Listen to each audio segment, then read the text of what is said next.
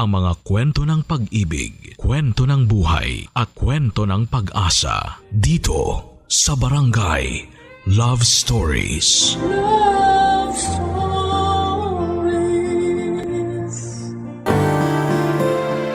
Lahat tayo ay may dalawang buhay. Ang buhay na ating nakagisnan at ang buhay na ating pinapangarap. Nasa sa atin na lamang kung kailan natin sisimulan ang pangalawang buhay na ito na nakatakda para sa ating sarili. Ikaw, kabarangay, kumusta ang buhay mo sa ngayon? Dear Papa Dudu, magandang araw po, itago niyo na lamang po ako sa pangalang Kiel. 31 years old at dati po akong online sex worker na nakatira sa Pasay. Bunso ako sa 4 na magkakapatid. Ang buhay ng pamilya namin ay may ahalintulad ko sa bagyo. Napaka-unpredictable. May mga panahon na para bang nasa alapaap kami na kaya naming bilhin lahat ng bagay na gusto namin. At may mga panahon din na walang-wala kami ni pambili ng itlog na ulam. Ay hirap pa kami, Papa Dudut. Parehong sugarol ang mga magulang ko. Nasanay na kaming magkakapatid na nakaasa sa swerte ng nanay at tatay namin sa sugal na ginawa nilang trabaho sa pang-araw-araw. Tuwing hapon, sa halip na magsiesta, ay lumalabas agad si nanay ng bahay, dala ang mga kakaning ibinebenta nito. Dumidiretso ito sa bahay ng kaibigan niyang may sariling sugalan sa likod ng kanilang bahay. Doon ay pinagsasabay niya ang pagtitinda habang nakaupo sa harapan ng mga baraha. Sa kabilang banda ay nalulong naman sa sabong ang tatay ko. Kapag nananalo ng sugal ang mga magulang ko ay daig pa namin ng mayayaman kung maglustay ng pera. Pero kapag pareho silang minalas ay nagtsatsaga kami sa instant noodles at dilatang ulam. Dahil sa mga bisyo ng mga magulang ko ay mabilis na nalubog sa utang ang pamilya namin. Umabot sa halos kalahating milyon ang pinagsamang utang ng mga magulang ko. Sa puntong hindi na nila ito kayang bayaran, kaya ang ginawa ng tatay ko ay tinakasan na lamang niya ang mga ito. Nagising na lamang ako isang araw na hindi namin mahagila pang tatay ko. Yun pala ay tinakbuhan na niya ang mga pinagkakautangan niya, Papa Dudut.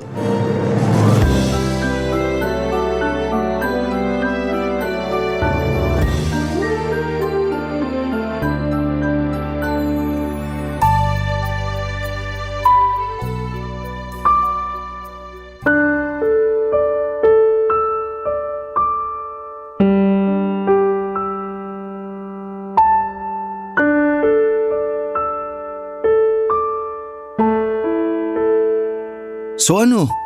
Wala ka pa bang balita tungkol sa tatay mo? Wala pa eh. Ni Honey ho, wala man lang siyang paramdam. Kahit sabihin lang niya sa amin kung buhay pa ba siya o hindi na. Ano ba kasi nangyari? 1 buwan na siyang hindi umuwi ah. Baka naman may pinagtataguan. Ganun na nga. Sa dami ng utang niya, naisip na lang siguro niyang solusyon sa problema niya, umalis, magtago at iwan sa amin yung patong-patong niyang utang. Hirap niyan, pre. Mahirap talaga. Kami na ngayon yung binubulabog ng mga naniningil sa kanya. Biruin mo, kada araw nasa 3 hanggang 4 ang nagpupunta sa bahay para maningil sa kanya. Hindi na nga makalabas si nanay dahil dun eh. Sinubukan mo na ba siyang hanapin sa mga kaibigan niya? Sa probinsya niyo? Tumawag na kami sa lola namin sa probinsya, wala raw siya dun. Maging sila nag-aalala na rin dahil hindi raw nagpaparamdam sa kanila si tatay. Nagpunta na rin kami sa mga kumpare niya, pati sa mga kaibigan niya sa sabungan. Pero wala rin silang balita kay tatay. Maging sila nga hinahanap si tatay kasi may utang din siya sa kanila. Hindi nyo ba sinubukan mag-report sa pulis para matulungan nila kayo? Bakit naman idadamay ang mga pulis? Hindi naman nawawala si tatay. Nagtatago yun kaya sa halip na hanapin, baka huliin pa yun sa dami ba naman ng utang niya. Hindi, sa pagkakaalam ko, wala namang nakukulong sa utang eh. Talaga? Bakit naman? May nabasa kasi ako sa Facebook tungkol dyan. Kasi pati yung tita ko, nagkautang din nun sa Ola. Ano naman yung Ola? Online lending apps. Nagpatulong siya sa barangay noon kasi tinatakot na siya ng mga kolektor. Pero ang sabi sa kanya, bawal mang threat ang mga kolektor. Hindi rin totoo yung mga panakot nilang makukulong siya kasi nasa batas yun na bawal ikulong ang mga taong hindi nakakapagbayad ng utang. May ganun pala? Oo, pero syempre kapag tinakbuhan mo yung utang mo, hindi ka talaga tatantanan ng mga nangongolekta. Gagawin nila lahat para makuha nila pabalik yung perang inutang mo. Yun na nga ang pinagdadaanan namin ngayon eh. Stress na si nanay kasi pati mga kamag-anak namin kinokontak na rin ng mga kolektor. Napost na nga sa Facebook si nanay at tatay eh. Hiyang-hiya na si nanay. Wala na rin gusto makipaglaro sa kanya ng tongits dahil sa nangyari. Alam mo kung anong mas malala? Ano? Pati trabaho ko natuntun na rin nila. Lagi nila akong pinupuntahan doon para hanapin si tatay. Araw-araw yun, walang mintis. Napagalitan na nga ako sa trabaho eh. Ang gusto nila, ako na lang ang magbayad sa utang ni tatay kasi ginawa rin niya akong co-maker sa mga utang niya. Ano naman yung co-maker? Yung kapag umuutang yung isang tao, may 2 o 3 silang co-maker para kapag hindi nakapagbayad ng utang yung taong umutang, obligado yung mga co-maker na bayaran yung utang, lalo na kung hindi nagpaparamdam yung nakautang. Sa sitwasyon namin, lahat kami sa pamilya, si nanay pati 3 kapatid ko, co-maker sa mga utang ni tatay. Ang lala pala ng problema nyo. Kaya nga hindi ko na rin alam kung anong gagawin ko eh. Paano ko mababayaran yung libu-libong utang ni tatay kung isa lang akong gasoline boy? Yung araw-araw kong ang sahod, hindi na makasurvive sa isang araw eh. E di subukan mo na lang umutang din para magbayad sa utang ng tatay mo. Eh di mas lalo na kaming nalubog sa utang niyan. Wala eh, yun lang yung naisip kong paraan eh. Ang hirap kasi ng problema nyo. Kung pwede lang sanang tularan si tatay na magtago na lang din ako. Pero di ko kayang iwan si nanay eh. Naaawa na rin ako sa kanya. Kapit ka lang pre. Sigurado namang giginhawa rin ang buhay nyo balang araw. Basta, laban lang. Papa Dudut, lumipas pa ang ilang buwan at hindi na talaga nagparamdam pa sa amin si tatay.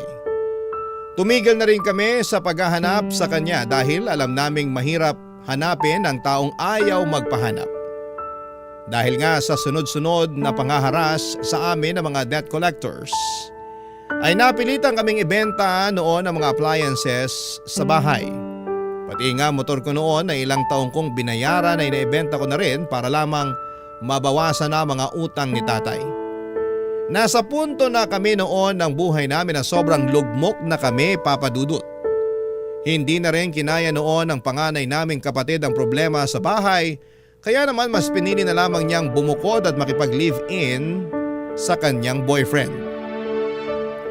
Hindi ko rin naman maaasahan noon ang 2 ko pang kapatid dahil pareho pa silang walang trabaho at tambay lamang sa bahay.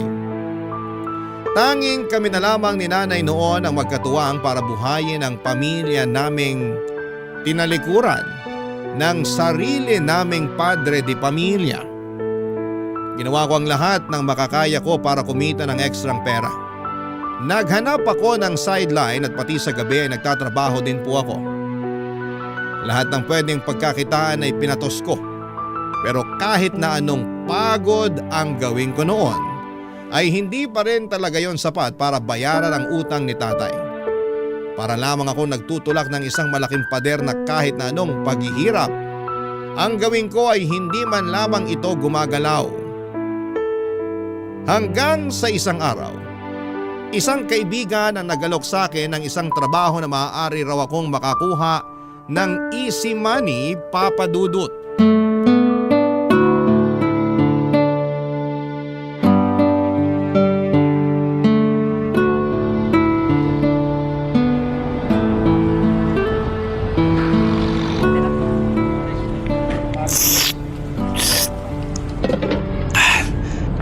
Kakainin mo pa ba yan? Ha? Yang mami mo, uubusin mo pa ba? Kasi kung hindi na, ako na lang uubos. Kunin mo na.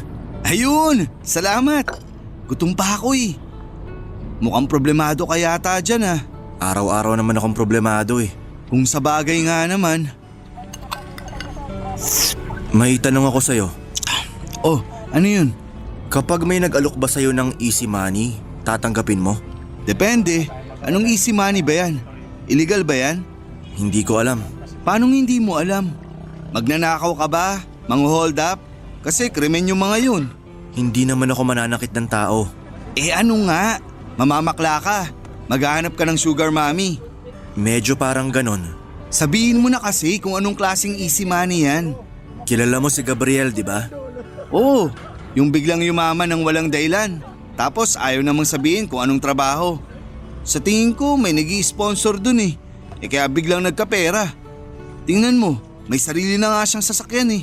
Wala siyang sponsor, kundi nagbebenta siya ng videos online. Video? Anong video naman yung binibenta niya? Vlogger ba siya? Hindi. Gumagawa siya ng malalaswang video, tapos ibinibenta niya sa internet. Ah, oo. Alam ko na yun. Maraming ang ganyan sa internet ngayon. Yun ang trabaho niya? Oo. Yun din ang sinuggest niyang gawin ko kung desperado talaga akong magkapera. Kung video lang naman, wala naman sigurong masama dun. Talaga ba? Nag-aalangan kasi ako eh. Kesa naman magbenta ka ng laman, magbenta ka na lang din ng video. Kung yun talaga ang makakatulong sa'yo, bakit hindi? Paano ba ginagawa yun? Madali lang. Mag-perform ka lang sa harap ng camera. Tapos kapag gusto nilang panoorin yung buong video, kailangan nilang magbayad. Easy money nga talaga. Magandang lalaki ka naman. Maganda naman katawan mo. Kung gusto mong gawin yun para makatulong sa problema ng pamilya mo, gawin mo. Parang nakakahiya kasi. Pwede mo namang itago yung mukha mo eh, para hindi ka nila makilala. May mga napapanood din akong ganyan, nakatawan lang ang ipinapakita. Yung iba nga, naka-face mask eh. Ano? Papatusin ko na kaya to? Kung kaya mo namang gawin, bakit hindi? Kailangan mo ng pera ngayon eh. Wala na akong ibang choice eh. Ito na lang yung nakikita ko na pwedeng gawin. Pero paano mo ibebenta yung mga video mo? Saan mo ibebenta kung sakali? May website para dyan. Tutulungan daw naman ako ni Gabriel. Ipopromote daw niya yung mga video ko sa mga fans niya. Huwag kang mag-alala. Hindi ko sasabihin sa ibang tao tong gagawin mo. Tikom ang bibig ko. Hindi rin kita huhusgahan. Kasi alam ko naman na gagawin mo lang to dahil sa kagaguhang ginawa sa inyo ng tatay mo. Salamat. Pero kapag yumaman ka, huwag mo akong kakalimutan ha. Si Raulo, kapag nabayaran ko na yung mga utang ni tatay, titigil din ako agad. Basta, good luck na lang. Hanggang suporta lang naman ang may tutulong ko sa'yo. Kasi parehas lang din naman tayong hikaw sa buhay. Malaking tulong na yun para sa akin na may natatakbuhan akong kaibigan. Papadudot, doon ko na nga po pinasok ang mundo ng online sex working. Nung una ay natatakot ako na bawat upload ko ng video ay may makikilala or makakakilala sa katawan ko. Napraning ako noon na baka malaman ng ibang tao ang ginagawa ko. Sa tulong naman ni Gabriel na matagal na sa ganong klase ng kalakaran ay nakahanap ako ng fans sa mga sumunod na buwan. Gamit ang katawan ay binalandra ko ang kabuuan nito sa internet, kapalit ng pera. Ang tawag nila sa ganong klase ng trabaho ay alter, na ngayon ko lamang nalaman na nagmula pala sa salitang alter ego kung saan ay gumagamit ng ibang pagkakakilanlan ng isang tao sa online world para hindi sila makilala sa totoong buhay. Kumbaga, iba ang buhay nila sa realidad at iba rin ang buhay nila online. Noon din ay isang persona ang binuo ko, base na rin sa pantasya ng mga customers ko. Hindi naglaon ay mabilis din ako nakapag-ipon ng parokyano, Papadudot. Hindi nga ako makapaniwala na ganon lang pala kadaling makakuha ng pera sa pamamagitan ng pagbebenta ng adult videos. Cellphone at katawan lang ang naging puhunan ko. Para kong gumagawa noon ng sarili kong TV show kung saan ay buwan-buwan na nagbabayad ang mga fans ko para mag-subscribe at mapanood ang mga video ko na ina-upload ko araw-araw. Papadudod sa mga sumunod na buwan ay mas nadagdagan pa ang mga nanonood at nagbabayad sa akin hanggang sa unti-unti ko na ring nababayaran ang mga utang ng tatay ko. Okay na ako noon sa paggawa ng mga video. Pero nung nalaman ko ang mga tungkol sa collab ng mga alters ay mas nainganyo pa akong pasukin din ito. Papadudot. Barangay Love Stories. Barangay Love Stories. Sa mundong pinasok ko ay marami akong nalaman tungkol sa mga personal na pagnanasa ng iba't ibang mga tao.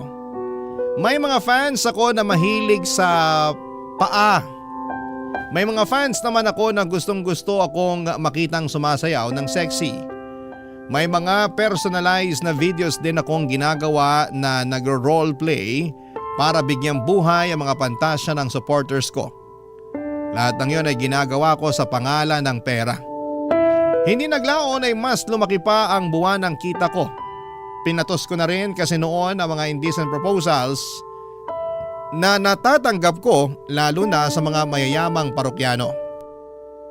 Dahil doon ay nag-resign ako sa trabaho ko bilang gasoline boy at nag-focus na lamang ako sa paggawa ng mga videos. Noong tanungin ako ni nanay kung saan ko nakukuha ang mga perang ipinambabayad ko sa mga utang ni tatay, ay nagsinungaling na lamang ako na nakahanap ako ng mas magandang trabaho. Hindi na siya nagtanong pa simula noon at hinayaan na lamang niya akong kumita ng pera. Hanggang sa isang gabi ay nakatanggap ako ng isang message sa kapwa ko alter. Nagtatanong siya sa akin kung willing daw ba akong makipag-collab sa kanya. Papadudot ang collab na tinutukoy niya ay ang collaboration o pagsasama ng dalawang individual para gumawa ng isang proyekto. Kumbaga sa mga singer, dalawang mga awit ang magsasama para gumawa ng kanta. Ganon din sa amin ang collab kung saan ay dalawang sikat na alter ang magsasama sa isang video para sa pareho nilang fans. Isa ang pangalan ng alter na nag-message sa akin. Dahil interesado ako sa imbitasyon niyang yon, ay nagplano kaming magkita para pag-usapan ang mangyayaring collab sa pagitan naming dalawa.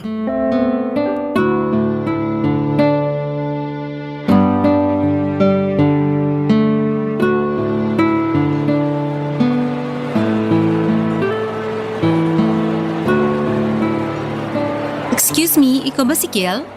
Ikaw lang yung nakasuot ng green na varsity jacket dito eh. Ako nga. Ikaw si Isa? Oo. Matangkad ka pala ha? Sa mga video mo kasi kung hindi ka nakaupo, lagi kang nakahiga. Teka, nakasubscribe ka sa akin? Oo. Na-curious ako sa'yo kasi maraming bumabanggit sa pangalan mo. May pa-poll kasi ako sa channel ko kung sinong alter ang gusto nila makakollab ko. Ikaw yung may maraming boto kaya pinanood ko yung mga video mo. Hanggang solo ka lang pala? Never mo pang na-try makipag-collab? Hindi pa eh. Natatakot ako makipagkita sa ibang alter. Tsaka mas safe na rin yung mag-isa lang ako. Mas marami kang makukuhang fans kapag nakipag-collab ka. Mas madidiscover ka ng ibang tao. Ayaw mo ba nun? May mga ilang nag-invite na rin sa akin noon na makipag-collab kaso puro lalaki. Hindi ako pumapatol sa lalaki kaya hinindian ko sila. Ikaw lang ata yung unang babae na nag-message sa akin. Kaya pala nakipagkita ka kahit hindi ka naman nakikipag-collab. So, ibig bang sabihin ito, G ka? Ano ba? Paano bang gagawin natin? Gawin natin kung ano yung gusto mapanood ng fans. Kung ano yung ginagawa ng babae at lalaki sa kama, yun lang yun. Ang kaibahan lang, naka-video tayo. Paano yan?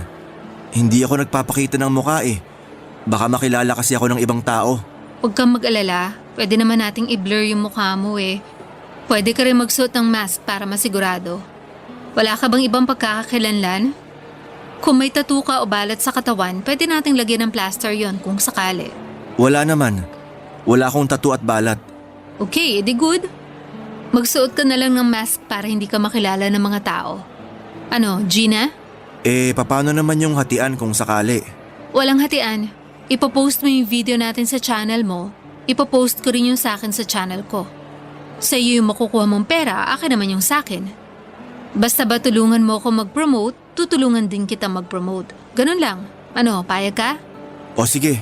Pero may condition ako ha. Ano yun? Kailangan mo muna magpa-test para malaman ko kung safe ka. Mahirap na. Baka may sakit ka pala na hindi mo alam, mahawaan mo pa ako. Sige, yun lang naman pala eh. Hindi bale, gagamit din naman tayo ng protection kaya safe na safe tayo. So, okay na. Wala nang bawian ha? Oo, sigurado na ako. Saan tayo magvi-video? Pwede ba sa inyo? Hindi pwede. Kasama ko mga kapatid at nanay ko sa bahay. Paano ka nakakagawa ng video? Kapag walang tao sa bahay o tuwing madaling araw. Okay. O sige.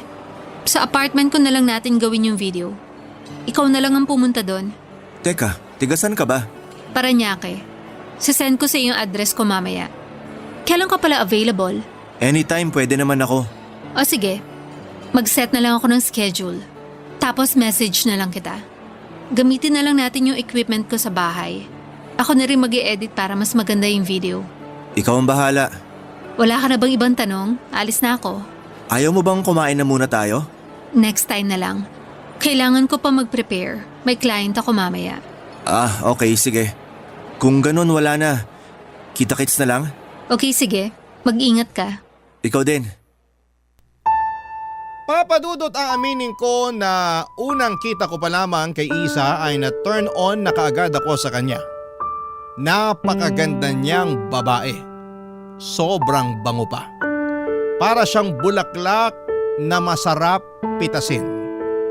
Maputi siya at maganda ang kanyang katawan. Para siyang sexy star na napapanood sa mga pelikula.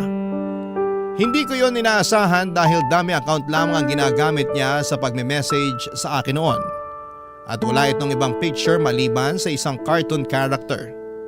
Matapos nga ang pagkikita namin ni Isa ay nag-subscribe ako sa channel niya at pinanood ko ang mga video niya.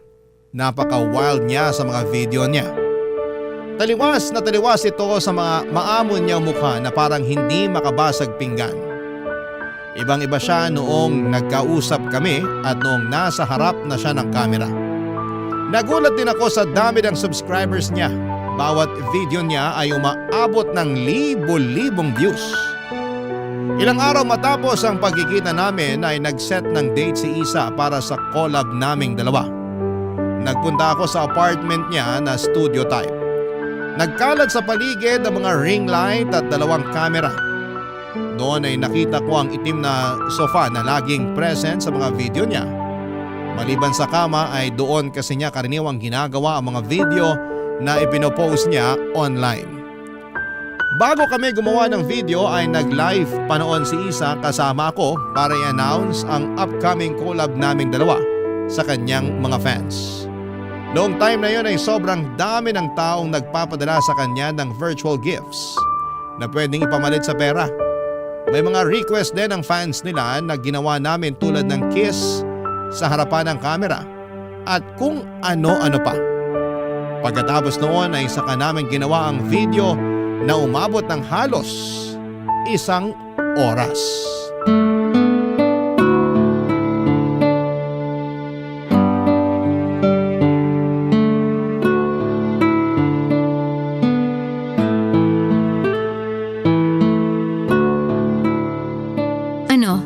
Kumusta naman yung first collab experience mo? Okay naman. Nung una medyo kinakabahan ako kasi first time ko lang makipagtalik sa harap ng kamera. Pero kalaunan nakalimutan ko na rin na may kamerang nakatutok sa atin. Nagulat nga ako na nakatagal ka rin eh. Mahaba rin yung nagawa nating video ah. Ang hirap kayang magpigil. Pero sabi mo nga kailangan umabot ng at least 30 minutes para masulit ng mga tao yung bayad nila. Oo. Sila ang boss natin eh. At kung anong gusto nila mapanood, yun dapat ang i-perform natin. Sorry pala kung sa mukha mo tumama yung… Wala yun. Mas gusto nga nila eh. Alam mo, sa trabaho nating to, gustong gusto ng mga nanonood yung wild. Hindi kasi nila nagagawa yun sa totoong buhay. Kaya tayo ang gumagawa nun para sa kanila. So paano pala yun? Isasend mo na lang sa akin yung video para ma-post ko sa channel ko? Oo. Mag-i-edit muna ako, medyo matagal yun. Magpapadala din pala ako sa iyo ng mga clip na pang teaser para abangan nila yung video natin. O sige, abangan ko na lang yung ipapadala mong video. Isa, may tanong ako. Ano? Matagal ka na bang nag-a-alter? Halos 2 taon na rin. 2 taon na? So kung 24 ka na ngayon, 22 ka pa lang nagve-video ka na? Oo. Pero paano ka naman napasok sa gantong klase ng trabaho? Dati akong waitress sa isang strip club. May mga customer ako noon na gusto ko makitang sumayaw din. Kailangan ko ng pera noon eh, kaya sinubukan ko. Tapos yun, nagtuloy-tuloy na. Kaso, nagsara yung club na yun matapos ma-raid. Nawalan ako ng trabaho pero tinuloy ko yung pagbebenta ng laman. Tapos, na-discover ko yung pag-alter. Pinasok ko rin yun. Ganun pala. Eh ikaw, paano ka naman naging alter? Maraming utang na iniwan yung tatay ko. Kailangan ko yung bayaran para matigil na sila sa panghara sa nanay ko. May isang kaibigan na nagsuggest sa akin na magbenta ng video online kaya yun, pinatus ko rin. Halos pareho din pala tayo ng kwento. Wala namang ibang gagawa ng ganitong trabaho kung hindi dahil walang mapagkukunan ng pere. Hindi ah. May ilan na ako nakilala na gumagawa ng video kasi trip lang nila. Talaga? Oo. May naging boyfriend ako na gumagawa rin ng video. Kaso naghiwalay din kami. Bakit naman? Wala, nagkasawaan. Ngayon ba? May boyfriend ka ba ngayon? Wala, single ako. Pwede bang mag-apply? Kakakilala lang natin sa isa't isa, manliligaw ka na agad. Ang bilis mo rin ah. Na-inlove ako sa'yo agad eh.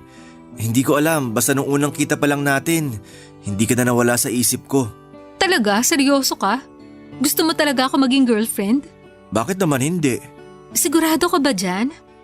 Gusto mo maging girlfriend ang isang tulad ko? Wala namang masama ah. Marami ako nakakasamang lalaki halos gabi-gabi.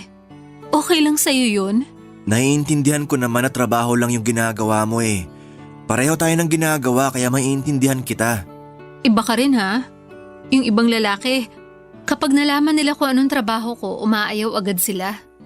Yung iba naman, gusto lang ako ma-experience kaya kunwari, nandiligaw sila. Iba ako sa kanila kasi nauna na kitang natikman. Okay, sige. Anong sige? Ligawan mo ko. Kapag nagustuhan kita, sasagutin kita. Talaga? Wala namang mawawala eh. At yun na nga po ang ginawa ko, Papa Dudut. Niligawan ko si Isa habang ginagawa yon ay nagpatuloy ang collaboration naming dalawa. Ilang videos pa ang ginawa namin dahil pumatok ang unang video na in-upload namin sa kanya-kanya naming channel. Hindi nga nagtagal ay sinagot din ako ni Isa at nakilala kaming dalawa bilang magkasintahang alter.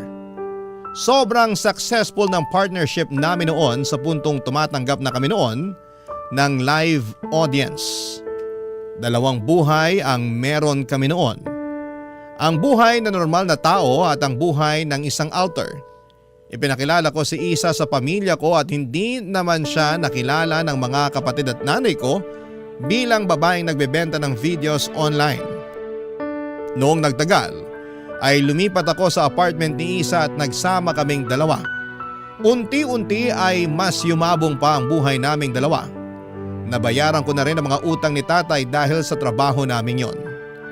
Ang sabi ko sa sarili ko noon kapag bayad na ang utang ni tatay ay titigil na ako. Pero nasanay na ako sa buhay ko bilang isang alter kaya naisipan kong ituloy-tuloy na lamang ito.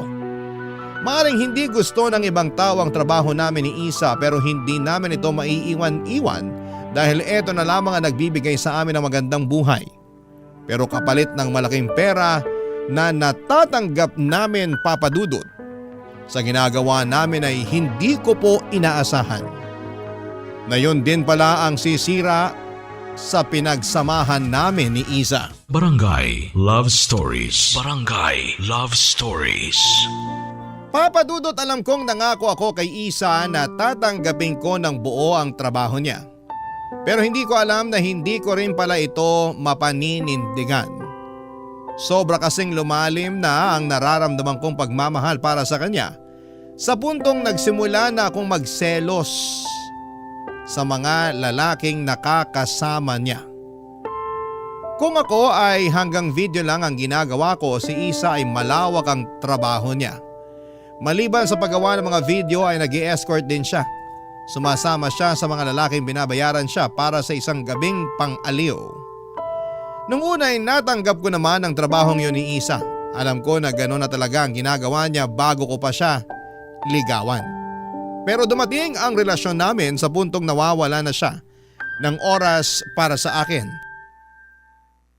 Lagi siya noong nasa labas. Gabi-gabi siyang umaalis para makipagkita sa mga kliyente niya. Lagi siyang tutok sa cellphone niya para maghanap ng collab at tumanggap ng mga indecent proposal sa kanya, Papa Dudut. Para bang pakiramdam ko noon ay nawawala na ang init ng relasyon namin. Malimit na lang din kasi kami noong gumagawa ng video na magkasama. Nawala na ang intimacy sa pagitan naming dalawa at lumalim ang pagsasama namin. Ang dating malalim na pagsasama ay unti-unting lumalamlam. Sinubukan kong ayusin ang relasyon namin at kinausap ko si Isa at inihayag ko sa kanya ang mga nararamdaman ko. Pati na rin ang pagkukulang niya bilang girlfriend ko.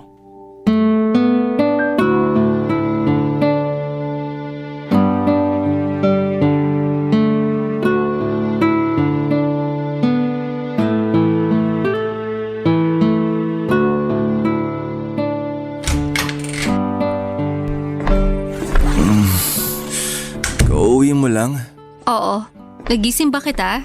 Sorry. Anong oras na ba? Alas 6 na. Usog ka nga. Iidlip lang ako saglit bago ako umalis. Aalis ka ulit? Saan ka pupunta? Oo, aalis ako mamayang alas 9. May client ako sa Tagaytay. Pabiyahe ako na maaga kasi sasabay ako sa kakilala ko. Usog ka na, dali. Oh, dito ka.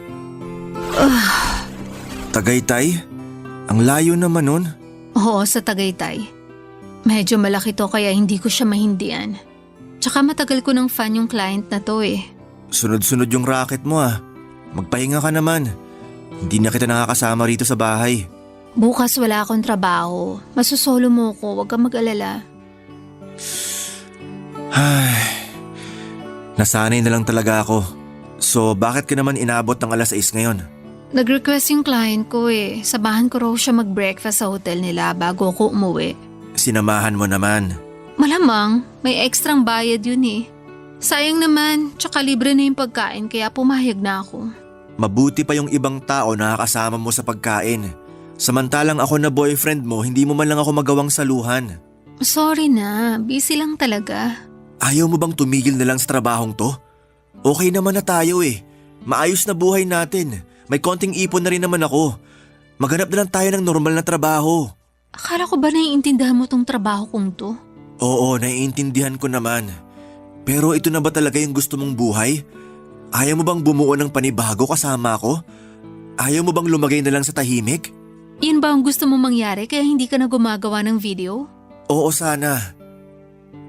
Sige, gagawin ko yung gusto mo. Talaga? Oo. Kung gusto mong tumigil na ako sa ginagawa ko, gagawin ko. Hindi nga. Oo nga. Mahal kita eh. Kaya kung gusto mong tigilan ko na to, gagawin ko para sa'yo. Paano yung mga client mo? Tatapusin ko lang yung mga nakabook sa akin tapos magpapaalam na ako sa kanila. Salamat at naiintindihan mo ako. May gusto ka pa bang ibang sabihin na bumabagabag sa isip mo? Wala na. Okay. So kung titigil na tayo dito, ano magiging trabaho natin?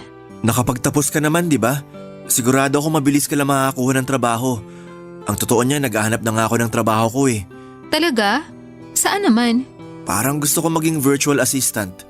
Sikat yun ngayon eh. Nag-try ako mag-apply last week. Kaya mo ba yun? Lahat naman natututunan eh. Mukhang maganda nga yun na trabaho. Balita ko malaki din ang kita dyan eh. Kaya nga ako nagkaroon ng interest dun eh. Sana pala rin. Sana nga. Basta, nandito lang ako para suportahan ka. Ikaw rin. Susuportahan din kita sa kung ano man ang gusto mong gawin. Okay, pag-iisipan ko muna kung saan trabaho ako lilipat. Pero sa ngayon inaantok na talaga ako. Matutulog muna ako ah. Sige, matutulog din ulit ako para may katabi ka. At katulad nga na napag-usapan namin ni Isa ay tinapos na lamang niya ang ibang booking niya at saka hindi na siya tumanggap ng bago. Nagpaalam kami sa mga fans namin at doon din ay tuluyan na naming tinalikuran ang buhay namin bilang alter. Dahil nahirapan ako maghanap ng trabaho ay naisipan namin ni Isa na magpatayo ng isang negosyo. Gamit ang ipon namin ay bumuo kami ng isang coffee shop na siyang naging source of income namin. Sa unang pagkakataon ay nakapamuhay kami ni Isa na parang normal na tao. Nakapag-focus kami sa isa't isa at nagpatibay sa relasyon namin yun. Dream come true para sa akin na makasama ko ang taong minamahal ko. Natutuwa ako na sabay naming binuo at binago ang buhay namin, Papa Dudut. Tumagal ang tahimik naming buhay ni Isa ng 1 taon. Maayos naman ang naging takbo ng relasyon namin. Naging maganda rin ang outcome ng negosyo. Walang naging problema sa pagsasama naming dalawa. Hanggang sa isang araw ay nahuli ko na labang si Isa na may tinatago palang sekreto mula sa akin. Papa Dudut, hindi pala siya tumigil sa pagiging escort niya. Nabasa ko ang lahat ng mga convo niya sa kanyang kliyente nung hindi na niya na-log out ang account niya sa laptop na gamit namin. Lumubog ang puso ko noong nalaman kong patuloy pa rin palang nakikipagkita si Isa sa ibang lalaki. Nang gabing yon ay isang matinding away ang namagitan sa aming dalawa, Papa Dudut.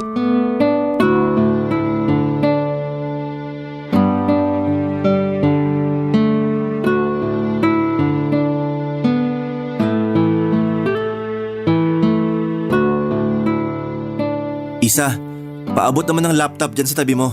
Mag-i-inventory lang ako. Heto. Ay, teka sandali lang. Bakit? Wait lang, may aayusin lang ako dito sa laptop. Amin na, para matapos ko na tong ginagawa ko. Sandali. Ano bang ginagawa mo dyan? Nagla-logout ka sa account mo, no? Ha? Ang sabi ko, yung dummy account mo, nalimutan mo yatang i-logout. Nakita mo? Oo. Nabasa ko rin lahat ng conversation mo nitong nagdaang linggo. Kiel. So hindi ka pa rin talaga tumigil? Nagbebenta ka pa rin ng katawan hanggang ngayon?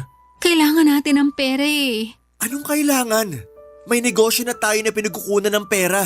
Bakit kailangan mo pang magbenta ng laman? Kailangan ba talaga natin ng pera o kailangan mo ng pera?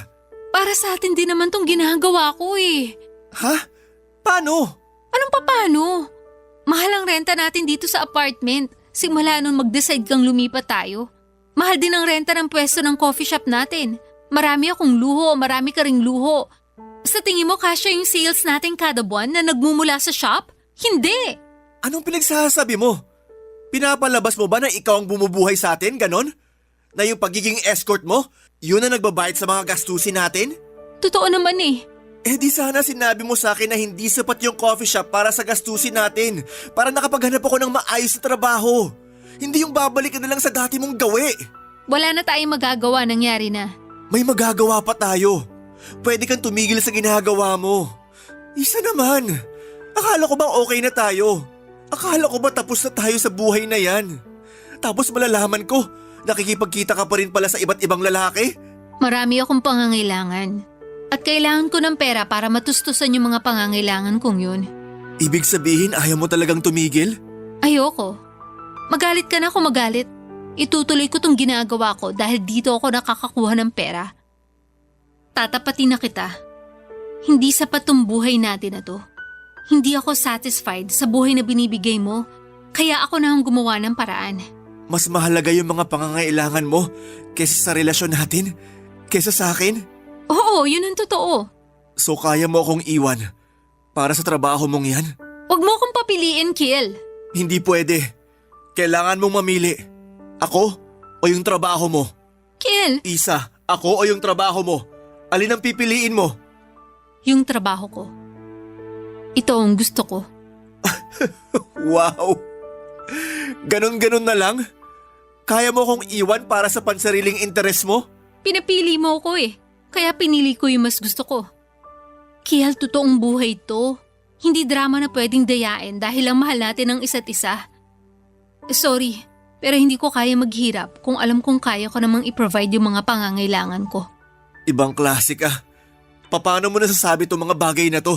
Ikaw ang nagsimula nito kaya wag mo kong sisihin. Isa lang naman ang solusyon sa problema nating to. Para masalba tong relasyon natin, tanggapin mo kung ano ako. Yun lang yun. Hindi. Kung hindi mo kayang magbago para sa akin, para sa relasyon natin, wala nang rason para isalba pa tong pagsasama na to. Kung mas mahalaga ang trabaho mo kaysa sa akin, hindi ko na ipaglalaban to. Bibitawan mo ako? Sige. Sana maging masaya ka sa ginagawa mo. Kiel, sandali! Huwag kang umalis, Kiel! Papa Dudut, siguro nga'y hindi kami para sa isa't isa ni Isa. Hindi kami nakatadhanang dalawa na magsama. Magkaiba kami ng gusto, magkaiba kami ng hangarin sa buhay. Mas mahal niya ang trabaho niya, mas mahal ko siya. Yon ang pinagkaiba naming dalawa.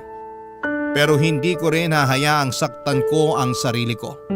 Hindi ko kayang gabi-gabing nag-iisip kung sino ang lalaking kasama ng girlfriend ko. Kung hindi niya kayang bitawan ang trabaho niya, ako na lamang ang bumitaw sa kanya. Ilang linggong lumipas ay desidido pa rin talaga si Isa na ipagpatuloy ang dati niyang buhay.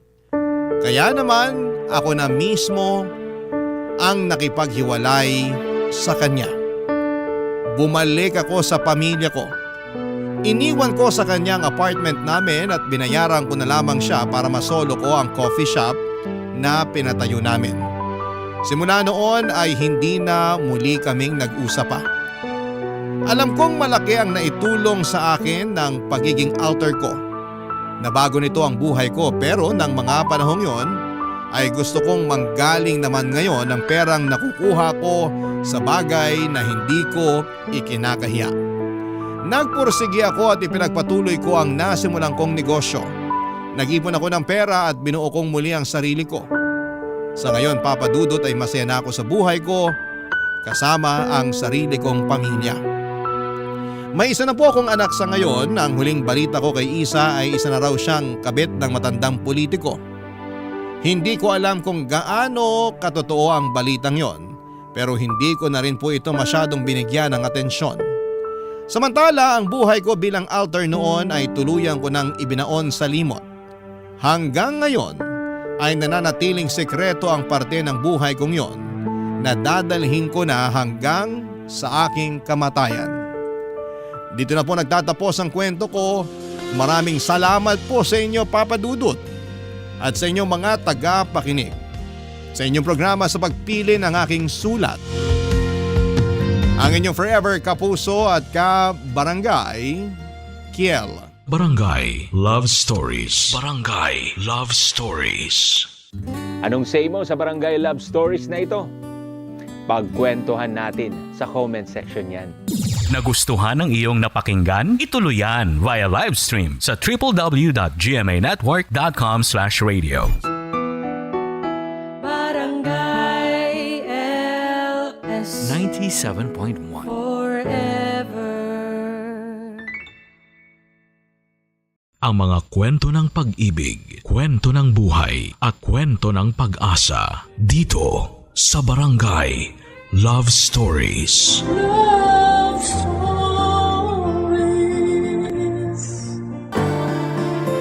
Hindi bulag ang pag-ibig, lalo na kung nakalaan ito sa tamang tao.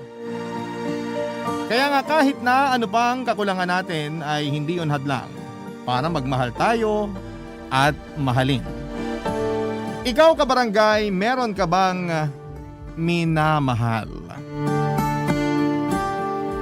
Dear Papa Dudut, bata pa lamang ay lagi nang sinasabi sa akin ng lola ko na wala daw sukatan ang pag-ibig.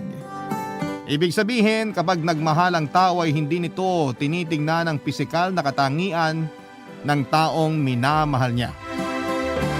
Kumbaga ay tinatanggap niya yon ng buong buo, lalo na kung hindi na yon mababago pa. Siyempre, naniniwala ako sa lola ko dahil akala ko kasing bait niya ang lahat ng tao. Yun bang tanggap niya kahit na ano pang kakulangan mo basta mabuti kang anak at may respeto sa mga magulang mo? Kaya lang noong nagkaisip na ako at medyo nasakta na ang puso, doon ko napagtanto na may sukatan pala ang pag-ibig. Bago ko po ipagpatuloy ang istorya ko ay pabati muna ng isang magandang araw sa inyo at sa mga kabarangay natin. Ako po si Joseph o mas kilala sa alias kong Jumbo, taga Santa Rosa, Laguna. 32 years old, isang cook at negosyante na may pinapatakbong kainan kung saan ay gumagawa at nagbebenta kami ng pizza at pasta na sinimulan namin ng best friend kong si Omar. Matagal na talaga naming pangarap na mag-business nitong si Omar. Simula noong nakaipon kami sa pagko-call center agent. Iklaro ko lang na local call center yung napasukan namin. Natanggap kami ng isang local business dito sa Pilipinas. Kaya mga Pinoy din ang tumatawag sa amin. Ang bait nga nila roon kasi tumatanggap sila ng empleyado kahit na high school lamang ang tinapos. Pasyon namin pareho ni Omar ang pagluluto kaya nag-decide kaming sumugal sa pagbibusiness at nagsimula lang kami noon sa kiosk at isang oven.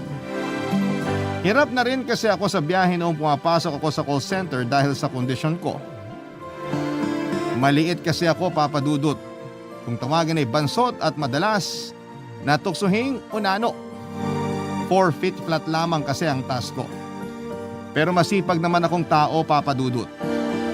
Noong nasa call center pa kami ni Omar ay lagi akong umaangkas sa motor niya para sabay kaming pumasok sa trabaho.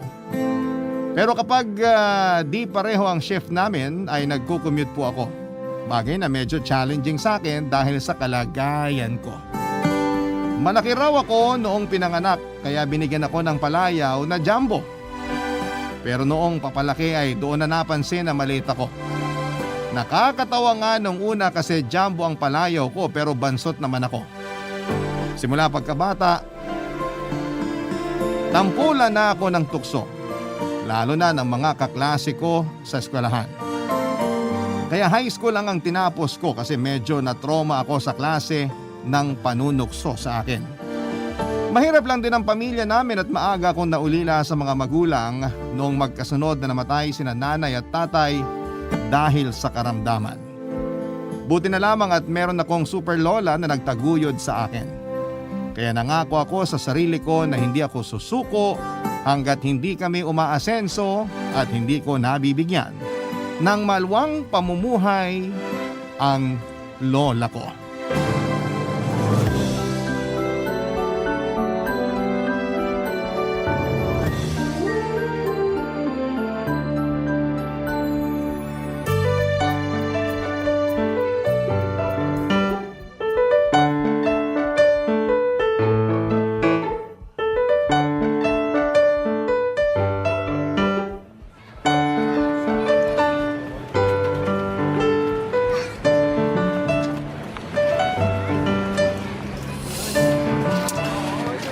Tumal naman ang pizza natin ngayon.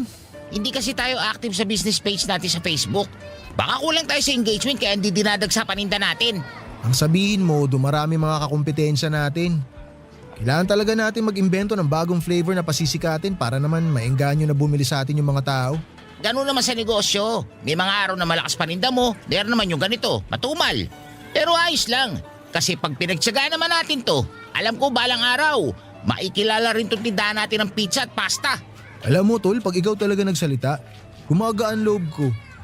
Sigurado bang paggawa ng pizza at pasta yung gusto mong i-pursue? Oo naman. Bakit hindi? Baka kasi gusto mo magpalit ng ginagawa. Maging motivational speaker ka kaya? Alam mo naman passion ko na talagang pagluluto kahit maliit pa ako. Ay, maliit pa rin pala ako hanggang ngayon. Ay, nga pala tol. Kumusta yung bebot mo? Bebot? Oh, yung sabi mong sexy, chinita, maputi, makinis ang balat, blandang buhok. Yung mukhang imported na kachat mo. Di ba magkikita kayo nun?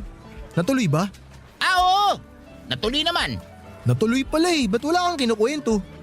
Nakakasama ka naman ng loob, tol. Drama mo, di bagay sa'yo, uy. Magkwento ka na lang habang wala pa tayong customer. Ano ba ikukwento ko eh, wala namang nangyari. Lupit talaga nitong tol ko. Gusto mo'y mangyari agad sa unang kita pa lang ng bebot niya. Pinagsasabi mo, hindi ganun yun. Biro lang. Alam ko namang good boy ka eh. Mana ka sa akin. O ano na nga, paano walang nangyari? Nung nakita niya kasi ako, biglang naging cold siya. Hindi na siya sweet katulad sa chat. Tanong-sagot na lang, ganun. Hala, nagulat ba siya kasi… Unano ako? Bakit, di ba niya alam? Alam niya.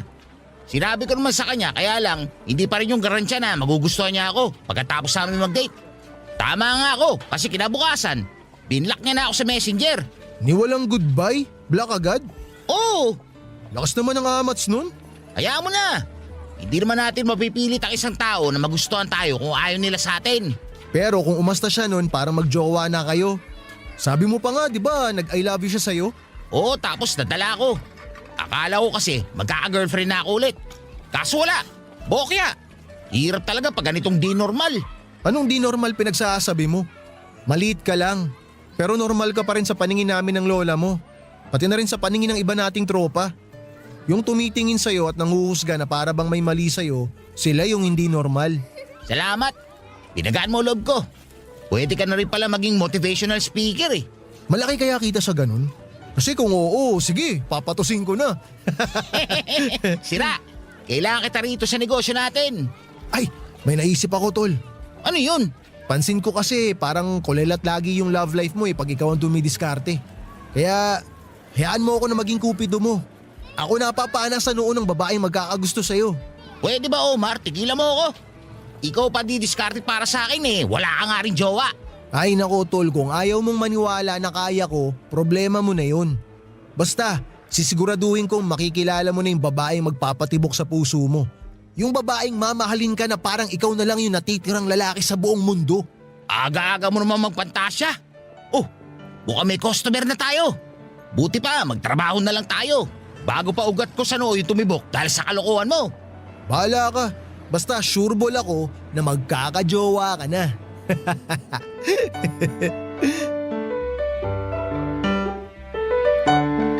Kahit nabansot ako, sabi nila ay may itsura daw ako. Kaya naman meron din akong mga naging girlfriend papadudot. Kaya lang, 1 buwan lang ang pinakamatagal kong relasyon kasi madalas ay pineperahan lang ako. Nakakatawa nga na hindi naman ako mayaman pero gusto nila akong perahan. Medyo kasalanan ko rin siguro. Sobrang insecure ko kasi sa kabuang pisikal ng itsura ko. May itsura nga ako pero bansot ako at ipit ang boses ko. Kaya kung anong kakulangan ko sa pisikal na katangian, binabawi ko sa pagbibigay ng regalo. Doon ako sinamantala ng mga nakarelasyon ko. Bigay todo naman ako sa pagbibigay sa kanila ng kung ano-ano. Pero sa huli, magigising din sila at matatauhan. Kalaunan ako ang iiwanan. Kaya papadudot tinanim ko na lamang sa isipan ko na hindi na talaga ako magkaka-love life at tanggap ko yon. Tulad ng marami ay pangarap ko rin na magkaroon ng sariling pamilya. Pero pahirapan talaga ang humanap ng babaeng tatanggap sa pisikal na itsura ko. Kaya nga hindi na ako umasa sa sinabi ni Omar na mag-aalakupido siya para magka-girlfriend na ako. Hinayaan ko na lamang siya sa plano niya at kunwari akong sumang-ayon. Sa isip ko ay baka bored lamang yung kaibigan ko pero laking gulat ko nang sabihin niya sa akin may gusto raw makipag-blind date sa akin. Since blind date, wala kaming ideya sa itsura ng isa't isa. Umasa na lamang ako na hindi siya magulat o mandiri kapag nakita na niya ako. Sa totoo lang, ayoko na talagang sumipot sa date na yon pero mapilit itong si Omar. Kaya sabi ko sa sarili ko sige, pagbibigyan ko na lamang. Aaminin ko na medyo na-excite ako ng konti kasi noon na lamang ulit ako makikipag-date. Kaya nga hinanap ko kaagad at plinansya yung paborito kong damit at pagkatapos ay nagpapogi ng husto. Para naman magmukha akong katanggap-tanggap sa mata ng makakadate ko. Noong gabi ng date namin, kabado ako nang ihatid ni Omar sa restaurant kung saan kami magkikita ng babae na nagngangalang Pilar.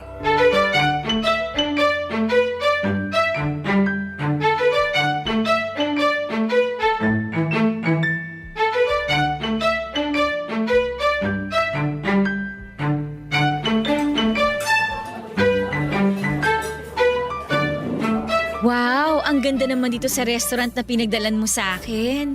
Yung totoo, si Omar nakadiscover nito. Sabi niya maganda raw dito, saka masarap yung pagkain kaya dito niya tayo dinala. Talaga? Mukhang tama nga siya. Pero alam mo kung ano pa yung maganda bukod sa restaurant na to? Ano? Yung nasa harap ko. Ikaw. Ay, ang corny naman. Corny na pala pagsasabi ng totoo. Eh di salamat. Wala eh, nagagandahan talaga ako sa'yo. Huwag mo na akong binubola dyan. Sige ka, baka maniwala ako. Maniwala ka lang. Pagkakita ko nga sa'yo kanina, para ako naging estatwa. Di ako nakagalaw. Ganon? Oo. Baka sabihin mo na naman na corny ako ha. Hindi na. Hindi ko nasasabihin corny ka. Sa totoo lang, nagugwapuhan ako sa'yo. Naku, salamat. pinaghandaan ko talaga ng gusto tong pagkikita natin. Kahit na nung una, hindi ako naniniwala kay Omar na mahahanapan niya ako ng kadate. Hala, bakit naman hindi ka naniwala? Inuhusgahan kasi nila kaagad ako. Saka, sino ba naman gusto makadate yung unano na katulad ko? Ako, gusto ko. Tsaka bakit naman hindi kita magugustuhan? Nung una pa lang, ramdam ko nang mabait ka. Kawalan nila kasi hindi ka muna nila kinilala. Hayaan mo na sila ng mga nanghuhusga sa'yo. Ang mahalaga, hindi ka gumagawa ng masama. At saka hindi ka nanlalamang ng tao, no? Salamat Pilar, kasi naiintindihan mo ako. Oo naman, walang kaso yun. Ano ka ba? Ano nga palang pinagkakaabalahan mo sa buhay? May pinapatakbo kaming tindahan ng pizza at pasta ni Omar. Magkasosyo kami at kami rin yung gumagawa ng pizza at nagluluto ng mga paninda namin. Wow, nakakabilib naman. Business-minded pala kayo. Matagal na namin pangarap yung negosyo namin na yun. Kaso syempre, may mga araw na malakas. Meron ding matumal, pero ayos lang naman. Ganon talaga ang negosyo, parang sugal. Sabi ko nga kay Omar, tsagayin lang namin hanggang lumago at umasensyo yung negosyo. Ang lakas ng fighting spirit mo. Tsaka gusto ko yung pagiging positibo mo. Kahit maliit ako, matapang naman ako. Wala naman sa tangkad ang katapangan. Pero masaya ako na buo yung loob mo. Basta huwag ka lang makikipagbasagan ng bungo sa ibang tao Ibang klaseng tapang na yun. Pwede ka nang masaktan. Siyempre, di naman ako basagolero. Turo sa akin ng lola ko nung bata pa ako, gamitin ko lang daw tong kamao ko para protektahan yung mga taong mahal ko. Hindi para makipag-away kung kani-kanino. Kaya yun, dala-dala ko yung bili niya hanggang pagtanda ko. Kaya lalo kitang hinahangaan Ibang-iba ka sa lahat ng mga lalaking nakadate ko. Karamihan kasi sa kanila medyo mayabang tsaka may pagka-judgmental. Hindi na siguro mawawala yung mga judgmental na yan. Pero ang importante, alam natin yung halaga natin bilang tao. Oo naman. Salamat kasi pinaalala mo sa akin yan. Walang anuman. Oh, paano? Kain na tayo? Medyo lumalamig na kasi itong pagkain natin. Sige, magkwento ka pa. Anong gusto mo ikwento ko? Kahit na yung tungkol sa lola mo. Nako, matatawa ka rito.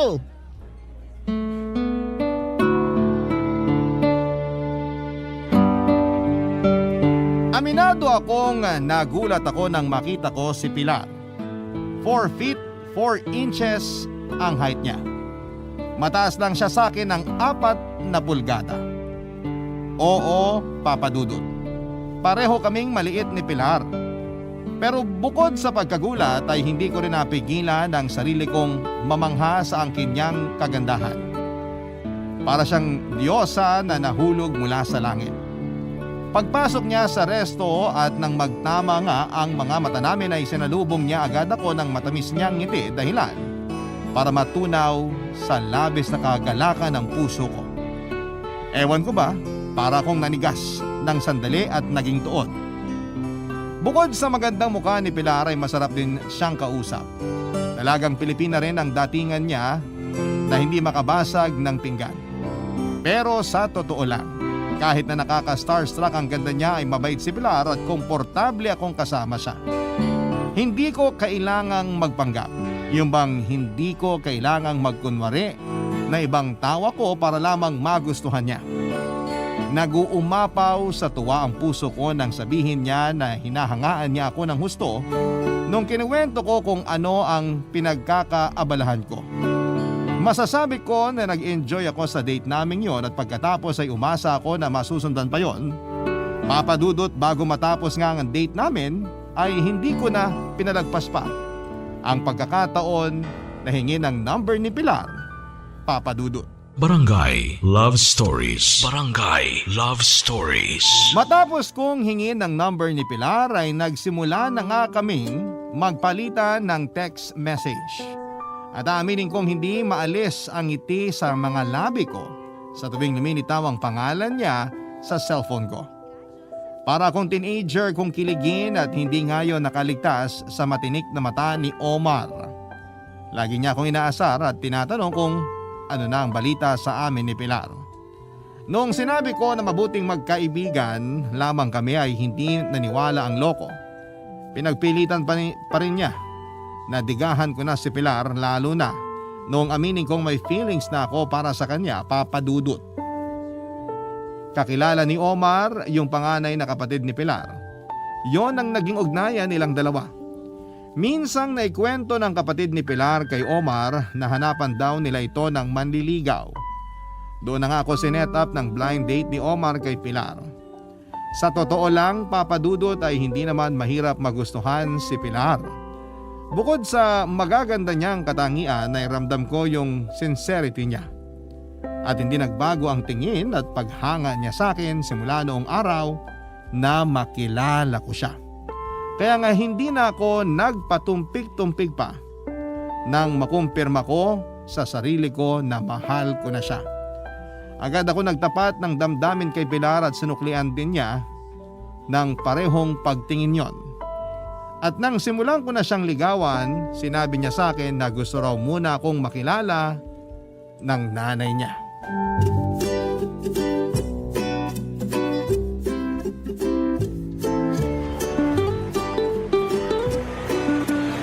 Tol, kinakabahan ako. Gusto raw ako makilala ng mama ni Pilar. Oh, anong problema dun? Siyempre ganun talaga kasi nililigawan mo yung anak niya eh. Alam ko naman yun. Kinakabahan lang ako kasi syempre, first time ko na makikilala yung nanay ng nililigawan ko. Para ka naman di lalaki. Huwag kang kabahan. Dinadaga ka agad dyan eh, maliit na bagay lang naman yun. Parang nung unang date nyo lang yan ni Pilar. Cool ka lang. Madaling sabihin, mahirap gawin. Tol, bilis mo naman panghinaan ng loob eh. Kung ako sa'yo, imbis na kabahan ako, paghahandaan ko na yung pagkikita namin ng future mother-in-law ko. Paghahandaan ko naman talaga yun. Ayoko mapahiya si Pilar pag pinakilala niya na ako sa mama niya. Pero kasi... Kasi ano? Paano kung kahit ginawa ko ng lahat hindi pa niya ako magustuhan para sa anak niya? Bakit naman di ka niya magugustuhan? Kasi ano? Kasi ganito lang ako. Ha? Anong ganyan ka lang? Kasi unano lang ako. Hoy, hindi ka unaano. Maliit ka, oo. Pero ano ngayon? Di ka namang kriminal. Wala ka namang tinatapakang tao. Ang bait mo ang apo sa lola mo eh. Nagsisimba ka tuwing linggo. May pinagkakakitaan kang negosyo. At higit sa lahat, mahal mo si Pilar. Kaya bakit hindi ka niya magugustuhan dahil lang sa pagiging bansot mo? Naisip ko lang naman. Saka, hindi mo ako masisisi kung bumababa kumpiyansa ko sa sarili. Sana talaga hindi na lang ako pinanganak na ganito. Kaya siguro maagang nawala mga magulang ko kasi sumpa ako sa kanila. Lo, sino naman nagsabi sa iyo niyan? Yung mga nabubuli sa akin nung nag-aaral pa ako. Sila yung mga sumpa at salot sa lipunan. Kasi naturingan nag-aaral pero mga ugaling balatuba. Nako, kung nandun lang ako, bibigyan ko sila ng leksyon eh. Yung leksyon na hindi nila makakalimutan sa tanan ng buhay nila. Hayaan mo na. Matagal na naman yun. Bigla ko lang naalala.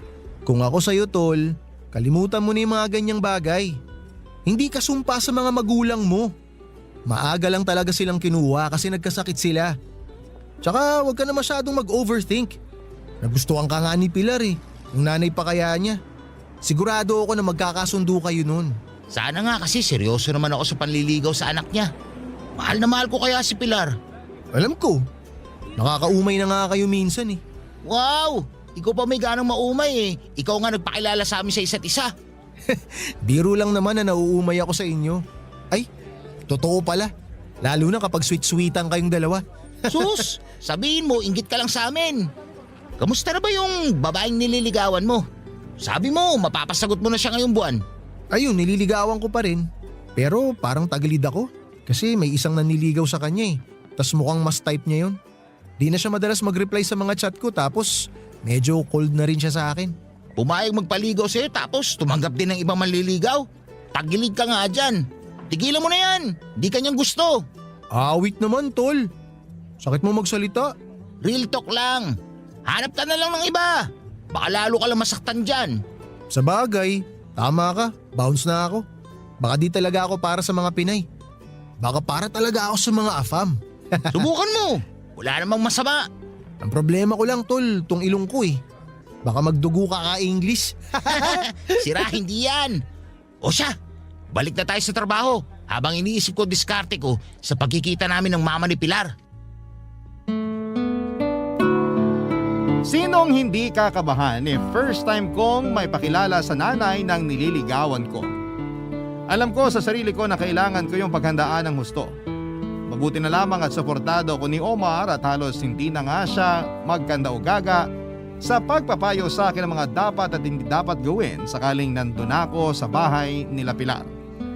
Tinandaan ko lahat ng yon at naghanda pa ako ng husto mula sa gupit ng buhok hanggang sa damit na susuotin ko para mas ma-impress ko ang nanay ni Pilar, Papa Dudut.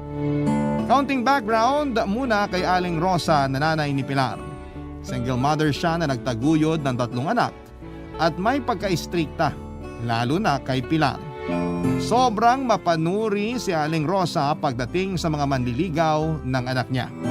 Pero alam ni Pilar na mahal lang siya ng nanay niya at gusto lang siya nitong protektahan. Ayaw kasi ng mama niya na masaktan siya ng kahit na sinong lalaki. Sa bagay, overprotective rin naman sa akin ang lola ko kaya naiintindihan ko ang mama ni Pilar. Saka sa isipan ko ay baka mas madali kay Aling Rosa na tanggapin ako bilang manliligaw ni Pilar dahil bukod sa mahal ko ang anak niya ay pareho pa kami na maliit. Hindi nagtagal ay dumating na yung gabi na pupunta ako kina Pilar para makilala ang nanay niya. Tinext lamang niya sa akin ang address ng bahay nila at inihatid pa nga ako roon ni Omar gamit ang motor niya. Gayak na gayak ako at nilagyan ko pa ng wax ang buhok ko para mas maging maayos. Oo nga pala Papa Dudut, meron din akong dalang mga rosas para kay Pilar at sa nanay niya. Ang gumulat sa akin noong pagkakataong yon, allergic pala sa rosas si Aling Rosa. Nagsimulang magtaray ang nanay ni Pilar dahil na-trigger ng dala kong rosas ang allergy niya. Hindi tuloy magkanda o gaga si Pilar sa paghingi ng paumanhin sa akin dahil nakalimutan niyang sabihin ang tungkol sa bagay na yon.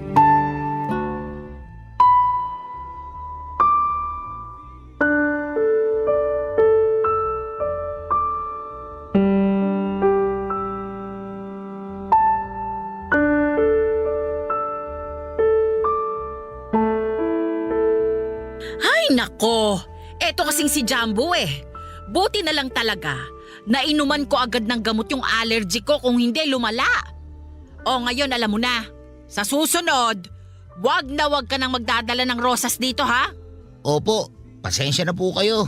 Ma, wala pong kasalanan si Jumbo. Hindi niya alam kasi hindi ko po nasabi sa kanya. Ay kahit na! Akala ba nitong manliligaw mo ay makukuha niya ang loob ko porke may dala siyang bulaklak? Pwes, diyan ka nagkakamali. Hindi mo ako madadala sa ganon. Naiintindihan mo? Ma, please naman tigilan niyo na si Jumbo. Sinasabi ko lang para matandaan niya. Nang hindi niya naulitin pa. Bakit kailangan yung sabihin kay Jumbo yan? Wala naman siyang ginawang masama sa inyo. Nagmagandang loob na nga siya na dalan kayo ng bulaklak. Tapos ganyan pa kayo magsalita sa kanya. Aba bakit? Dapat ba maging mabait ako? Hindi nga ako masaya na makilala yung manliligaw mo. Ma! Sorry Jumbo ha, hindi naman ganyan si mama eh. Okay lang naman ako. Saka, karapatan naman ng mama mo na sabihin yung nararamdaman niya. Mabuti naman at nakakaintindi ka. Akala ko tulad mo ring maliit ang utak mo eh. Hoy, aminin mo nga.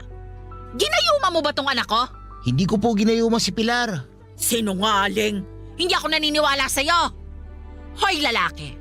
Base sa tono ng pananalita ko at sa pakikitungo ko sa'yo, sana gets mo nang ayaw kita para sa anak ko.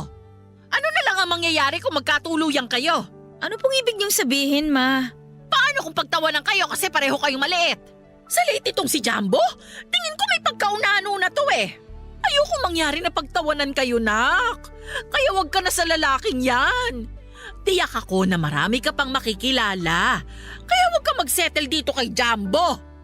Ikaw, Jumbo, usapang matino. Layuan mo na ang anak ko.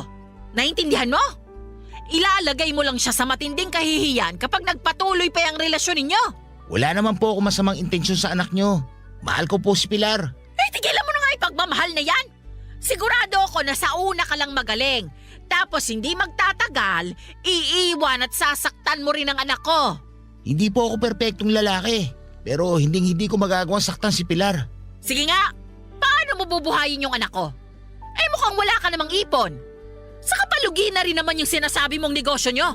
Baka lalong hindi mo mabigyan ng magandang buhay tong anak ko. Masyado naman po kayong advance mag-isip, Ma.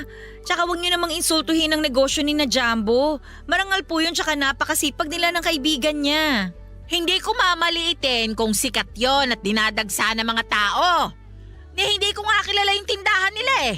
Nagsisikap po kami ng kaibigan ko na palaguin yung tindahan namin. Hindi po kami sumusuko kahit na may mga araw na matumal talaga yung benta. Gusto ko sanang humanga sa lakas ng loob mo. Pero di mo ba naiisip na baka kaya matumal ang benta ninyo? Kasi hindi naman talaga masarap yung tinitinda ninyo. Ma, sumusobra na kayo. Kapakanan mo lang ang iniisip ko. Nanay mo ko. Kaya normal sa akin na mag-alala sa'yo kung sakaling ito lang ang makakatuluyan mo. Wala kayong future na dalawa.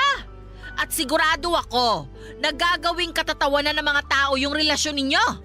Pag nagkatuluyan kayo nitong si Jumbo, malaki ang posibilidad na puro maliliit ang maging anak ninyo.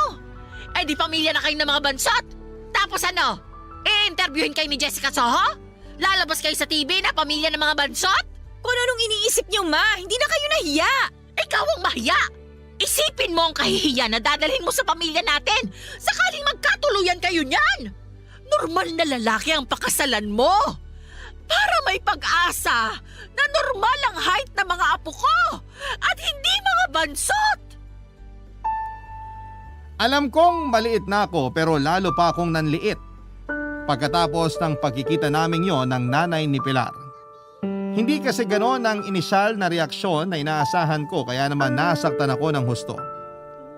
Bukod doon ay harap-harapan niya ring nilait ang pagkatao ko at ininsulto ang kabuhayan ko. Bagaman nandun si Pilar para sawayin ang nanay niya.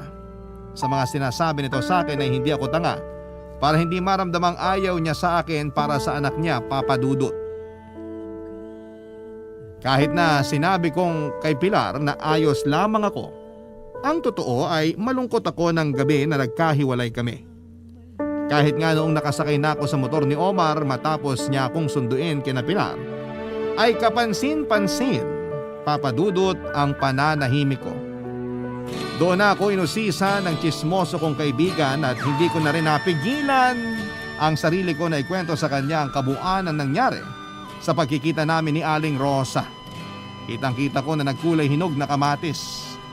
Sa pula ang mukha ni Omar dahil sa galit niya sa mga nalaman niyang yon, Papa Dudut. Barangay Love Stories. Barangay Love Stories. Noong nakapag-move on na ako sa nangyari sa unang pagkikita namin ni Aling Rosa, siya namang ngit-ngit pa rin sa galit ni Omar. Bilang best friend ko at para ko na ring kapatid ay hindi raw siya makakapayag na insultuhin ako ng nanay ni Pilar. Na-appreciate ko naman ang concern niya sa akin pero sinabihan ko siya na tigilan na ang pagsasalita ng kung ano-ano tungkol kay Aling Rosa dahil nanay pa rin ito ng babaeng mahal ko. Nakinig naman sa akin si Omar at sa kabilang banda ay nagpatuloy pa rin naman ang komunikasyon namin ni Pilar, Papa Dudut. Sa katunayan, dahil na rin siguro sa panlilibak sa akin ng nanay niya, ay mas lumalim lang ang feelings namin ni Pilar sa isa't isa. Hanggang sa isang araw ay sinorpresa niya ako ng matamis niyang oo sa date namin. Noong oras na yon ay hindi ko talaga napigilan ang sarili ko na humiyaw at magtatalon sa sobrang tuwa. Ang saya-saya ko na sa wakas ay girlfriend ko na ang babaeng mahal ko. Pero dahil alam namin na magiging issue sa mama niya ang pagiging magkasintahan namin, nagkasundo muna kaming ilihim ito at yun nga lang, Papa Dudut. Ang pagtatago sa relasyon namin ay hindi rin po nagtagal.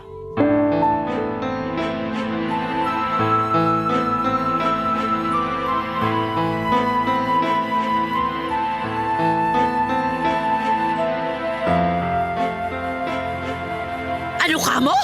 Nabuntis ka ng unanong yan? Hindi ka na ba talaga nag-iisip, Pilar? Nagmamahalan po kami ni Jumbo. At nasa tamang edad na naman kami, ma. Hindi namin inaasahan na ganito kabilis ako mabubuntis. Pero handa na kaming bumuo ng pamilya. Ano sinabi mo? Nahihibang ka na ba? Magpapaalam po ako sa inyo. Lilipat na po ako kay na Jumbo. Iiwan mo na ako para sumama sa bansot na yan? Nagmamahalan kami at magkakaanak na po kami. Kasalanan mo talaga to, Jumbo. Wala kang respeto. Nakuha mo pa talagang buntisin yung anak ko. Pasensya na po kayo. Pero nakahanda naman po akong panagutan si Pilar. Hindi ko po siya pababayaan. Lalo na yung magiging anak namin. Hindi ako naniniwala sa'yo. Baka mapahamak yung anak ko pag magkasama na kayo. Wala pong mangyayaring masama kay Pilar. Aalagaan ko po siya at mamahalin. Diyan kayo magaling. Sasabihin ninyong aalagaan ninyo, mamahalin ninyo. Pero sa huli, iiwan nyo rin lang kaming mga babae. Ganyan na ganyan ang ginawa sa akin ng walang hiya kong mister. Kaya ayun, pinalayas ko. Binigay ko na dun sa kabit niya. Magsama sila sa impyerno. Ma, hindi naman po lahat ng lalaki katulad ni Papa. Kaya hindi niyo po kailangang husgahan si Jumbo. Wala pa rin akong tiwala sa kanya. Galit din ako sa'yo. Kasi sa dinami-rami ng normal na lalaking may kursunada sa'yo, sa kanya ka pa nagpabuntis. Cum laude ka pa naman ng kolehiyo. Pero parang kinalawang niya ang kukote mo.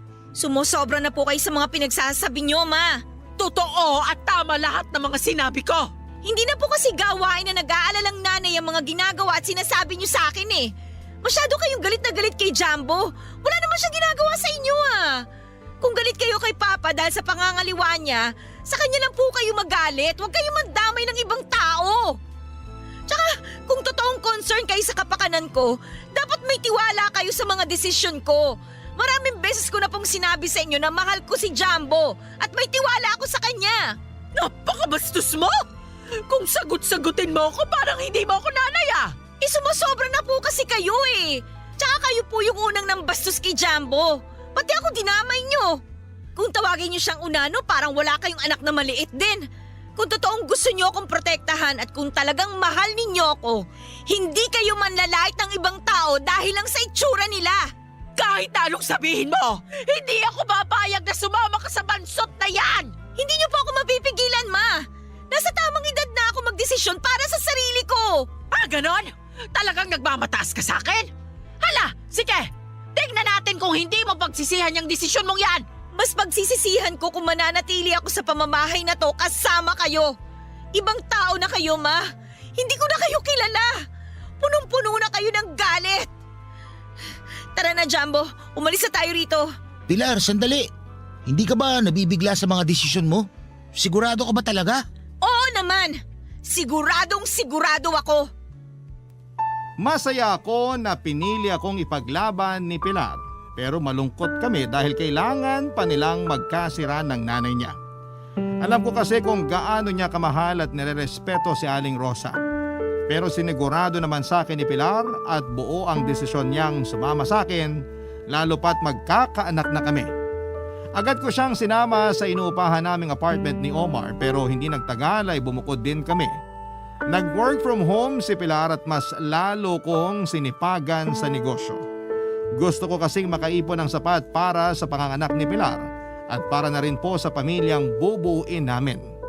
Kasabay ng pagsisikap ko sa pagtatrabaho, ang pareho naming dasal ni Pilar ay sana ay hindi magmana sa amin ang magiging anak namin. Lumipas nga ang 9 na buwan, ipinanganak via normal delivery ang baby boy namin na malusog at pinangalanan namin siyang Ezekiel.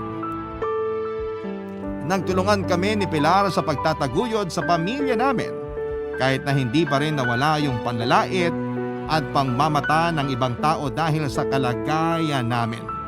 Madalas naming naririnig na dahil pareho kaming bansot ay matik na magiging bansot din ang mga anak namin. Hindi nagtagal ay nag-decide si Omar na mag-ibang bansa para doon magtrabaho at puntahan na rin ang girlfriend niya kaya ibinigay na niya sa akin ang negosyo naming dalawa. Sa awa naman ng Panginoon ay mas napalago ko yon sa loob ng 3 taon. Sa kagustuhan kong mas mapaganda pa ang estado ng pamumuhay namin ni Pilar, nag-apply ako ng housing loan. Sa awa ng Diyos ay nakakuha ako ng pasok sa budget sa Santa Rosa, Laguna. Mabilis naman akong nakahanap ng maliit na pwesto sa negosyo ko malapit sa bahay na nilipatan namin. Papadudot na sundan pa ng isa pang healthy baby girl ang panganay namin. Pinangalanan naming Diana ang aming bunso at siya ang kumumpleto sa simple at masaya naming pamilya.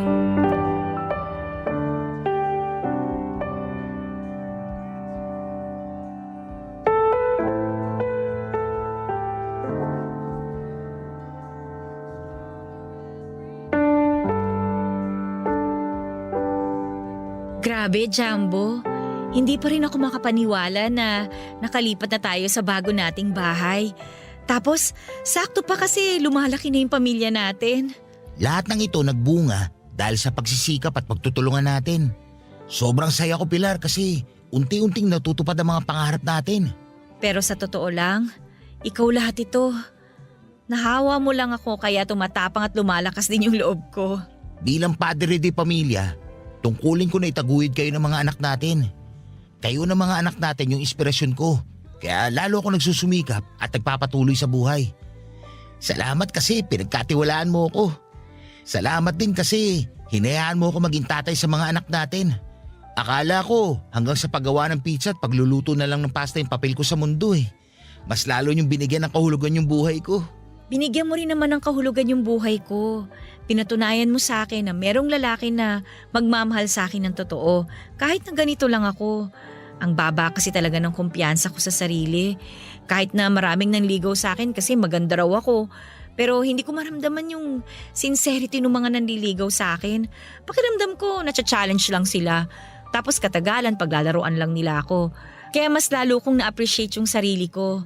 Kasi araw-araw mong pinapaalala sa akin na mahalaga ako at kamahal-mahal. At hindi ako magsasawang ipaalala sa'yo kung gaano kita kamahal. Maswerte ako na nakilala kita, na dumating ka sa buhay ko. Kayo ng mga anak natin. Kaya ipinapangako ko, lalo ako magsisika para mabigyan kayo ng magandang buhay at maayos na kinabukasan. Hindi mo naman kailangan solohin lahat ng pagsisikap para sa pamilya natin. Kasama mo ko. Pangako ko rin na lagi kitang tutulungan at susuportahan bilang nanay ng mga anak mo. Hindi na lang bilang nanay ng mga anak natin. Kasi gusto na kita maging asawa, Pilar. Ha? Alam ko na pinag-usapan nating hindi muna tayo magpapakasal hanggat hindi ka pa nakakapanganak noon sa panganay natin. Pero naurong na lang ulit yung plano kasi nag-focus tayo sa negosyo nung umalis si Omar. Tapos sobrang naging busy mo rin sa trabaho mo. Kaya nga ngayon na kumpleto na kasi nandito na ang bunso natin at nakalipat na tayo dito sa sarili nating bahay. Naisip ko na baka pwede ko nang hingi ng kamay mo para maging misis ko. Nagpo-propose ka ba sa akin? Oo! Pumapayag ka ba maging asawa ko? Oo naman. Nasan mo na yung singsing? Ay, oo nga. Teka, alam ko nilagay ko yun sa bulsa ng pantalon ko eh. Teka ha, kunin ko lang. Eto. Ang ganda naman. Siyempre, matagal ko nang pinag-ipunan yan kasi pinaghahandaan ko tong araw na to. Saka gusto ko maging espesyal yung paglipat natin dito sa bahay natin. Kaya ngayon ko talaga pinlano na mag-propose sa'yo. Ikaw talaga? Punong-puno ka ng sorpresa. Uulitin ko yung tanong ko ha. Oh, sige. Marami tayong pinagdaanan at nalagpasan na magkasama. At wala na akong mahihiling pa sa Diyos kundi makasama ka bilang asawa. Pilar, will you marry me? Yes, I will marry you. I love you so much, Jumbo. I love you so much, Pilar! Woo! Magiging asawa na kita!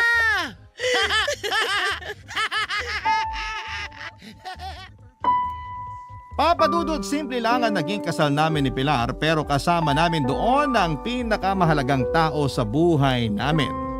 Ang lola ko na unti-unti ko na ring napapaayos ang bahay. Dumalo rin ng best friend kong si Omar na umuwi pa ng Pilipinas kasama ang pamilya niya para saksihan ang espesyal na araw namin ni Pilar. Sa side naman ni Pilar ay yung dalawa niyang nakakatandang kapatid na noong una pa lamang ay boto na sa akin at hindi rin naman pinalagpas yun ng nanay niyang si Aling Rosa. Unti-unti na-realize ni Aling Rosa na totoo ang pagmamahal ko sa anak niya at nakahanda akong gawin ang makakaya ko para mabigyan ng maginhawang buhay ang pamilya namin ni Pilar. At nakita niya yon kaya naman natanggap na niya ako. Nagkapatawaran na rin sila ng misis ko at napatawad ko na rin naman siya, Papa Dudut. Sa kasalukuyan ay masaya at pinagpapala ang pamilya namin ni Pilar. Ngayong lumalaki na ang mga anak namin ay hindi nakikita ng mga ito ng sinyales ng pagiging punggok o pagiging bansot. Nawa ay lumaki sila ng malusog at may normal na mga height. Hanggang ngayon ay tuloy ang negosyo kong pizza at pasta. Medyo mas lumakas siya kesa noong nasa Quezon City kami. Tuloy pa rin naming hinuhulugan ng misis ko ang kinuha naming bahay dito sa Laguna at pareho naming tinutupad ni Pilar ang pangako namin sa altar at sa harap ng Diyos na mamahalin namin ang isa't isa sa hirap at sa ginhawa, sa sakit at sa kalusugan, sa lungkot at sa ligaya ngayon at magpakailanman. Maraming salamat po, Papa Dudut, sakaling mapili po ninyong i-air ang love story namin ni Pilar sa programa ninyong Barangay Love Stories. Pareho rin kasi kaming avid listener ng Barangay LS 97.1. Sana kahit paano ay may na-inspire kami ng mga kabarangay natin sa espesyal na kwento ng aming pag-ibig, buhay at pag-asa. Na kahit pinanganak kaming maliit, napakalaki naman ng pagmamahal na kaya naming ibigay. God bless po sa inyo and more power ang inyong forever kapuso at kabarangay, Jambo. Nagustuhan ng iyong napakinggan? Ituloy yan via live stream sa www.gmanetwork.com/radio. Barangay LS 97.1 forever.